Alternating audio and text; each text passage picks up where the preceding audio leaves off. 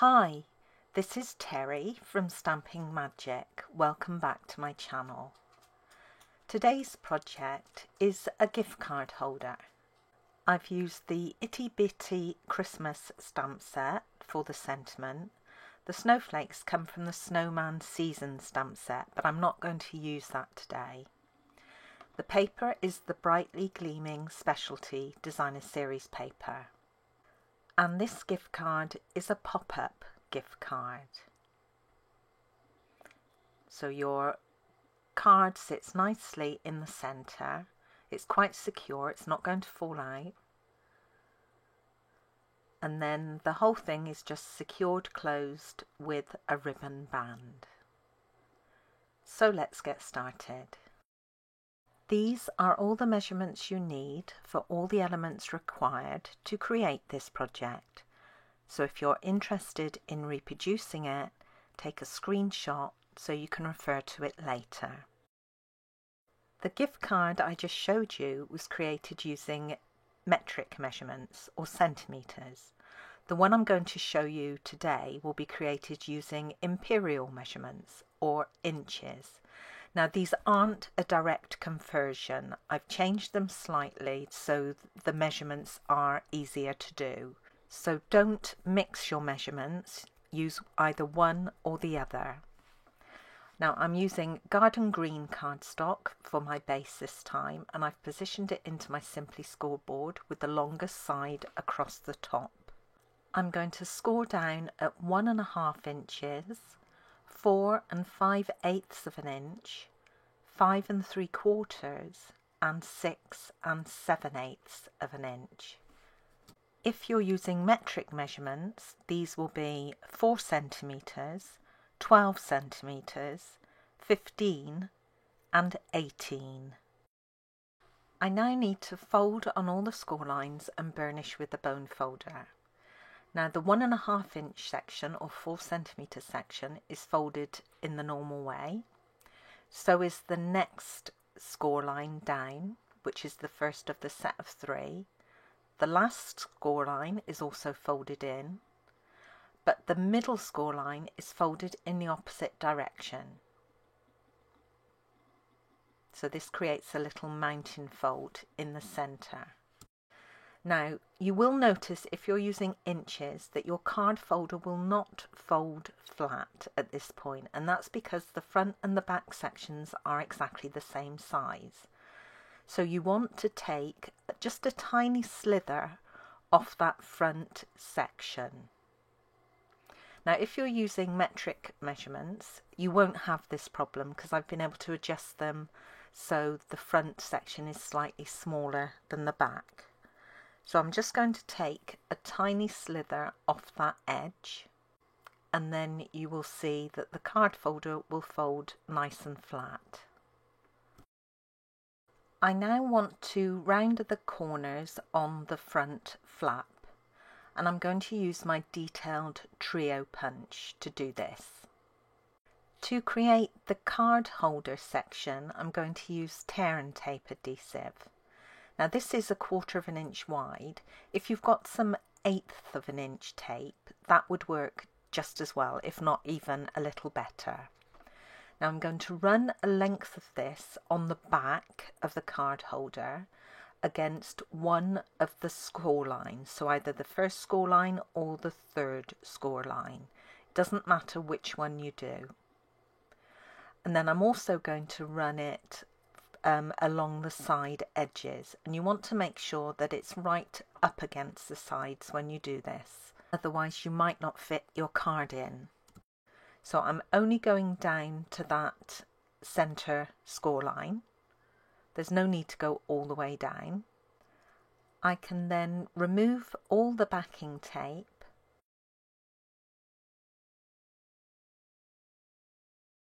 and then press that middle section together, and this will create my pop-up. I want to punch a part circle through the middle of this pop-up section, so I'm going to make a pencil mark at the halfway point, and then I'll use my 1.5 inch circle punch to punch that part circle. So I'm centering that pencil mark within it. And you can use any circle punch to do this. Obviously, this part circle isn't big enough for my gift card, so I'm going to remove the very top edge off that pop-up section. And again, I'm just taking a tiny slither off just to open up that section. And then I can check that my gift card will fit. Now, the first time you put it inside, it's a bit fiddly, but thereafter it should be fine. Now, it should fit in there nice and snugly. If it won't fit, it's probably because you put your tape on the sides away from that side edge. The paper I'm using comes from the Poinsettia Place Designer Series paper pack. Now I've got 4 of one size and then I've got 2 smaller ones. Now the smaller ones are for each side of the front flap and the larger ones are for the remaining 4 panels. Now these are all the same size, but you may have to trim a couple. So test each one against the panel where you're going to position it and make sure that you've got an even border all the way around the outside edge. If you haven't, then you will have to trim just a little slither off of one edge. Now my back ones are fine, but the inside ones I need to trim. So I'm just going to use my guillotine to trim a tiny piece off that edge. Now, if you're using metric measurements, you shouldn't have to do this. I would test anyway, just to be sure, but I've designed it so the mat should already fit with a nice even border all the way round. Before I start positioning these paper mats, I'm going to round the front corners on both the smaller pieces. Now, if the pattern on your paper is a one-way design, make sure that you're rounding the right corners. They need to be the ones that will go at the front. Again, I'm using my detailed trio punch to do this.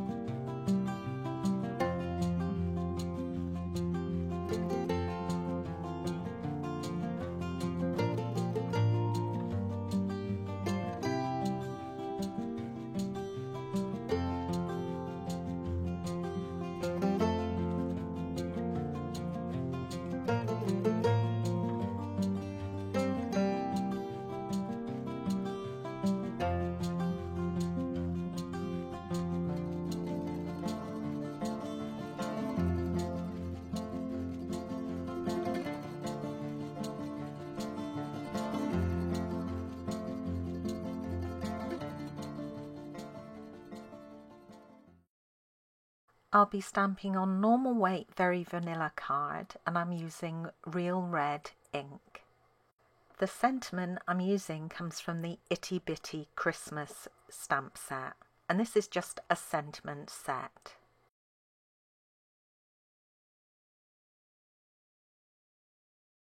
I'm going to die cut the sentiment using one of the Stitched Shapes circle dies, and this is the smallest one. I've created a Real Red scallop circle mat to go underneath the sentiment using one of the layering circle dies, and this is the second size up. I've also die cut a Very Vanilla mat to go inside the card holder for my message, and for this I used one of the Celebration Labels dies, the second size up. I can now layer my sentiment pieces together, and then I can add my message mat to the inside of the gift card holder. Now, of course, you don't have to use these dies to create your message mat. You could use anything you have, a rectangle or a different shape, it would all look fine. To finish off the sentiment, I'm going to use a pencil to mark the position of where I want the hole to be punched, and then I'll punch this using my Crop-A-Dile, using the smallest size hole punch. I have a short length of our solid Whisper White Baker's twine. I'm going to fold this in half to create a loop, thread the loop through the hole, open it out and then thread the ends through and pull it tight. I'm using some of our stitched satin ribbon in Real Red for the ribbon band. Now sadly this is retired, I'm still trying to use mine up, I've got lots left.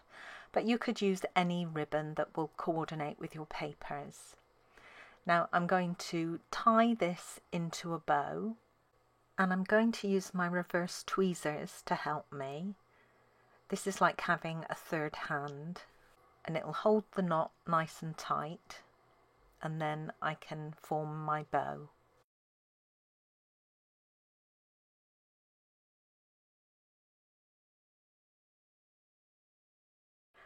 I'm going to tie the little sentiment tag around the ribbon, and I'm going to try and hide the knot behind the bow so it's not going to show from the front. And then I can trim off all the ends.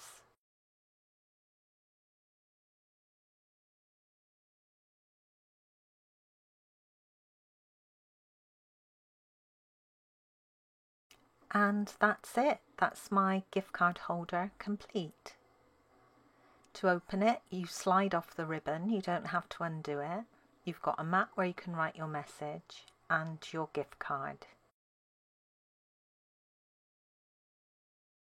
Now it can be a bit fiddly getting this ribbon on the first time, but once you've done it once or twice, it will loosen up slightly and it won't be a problem. And here's another look at my original one.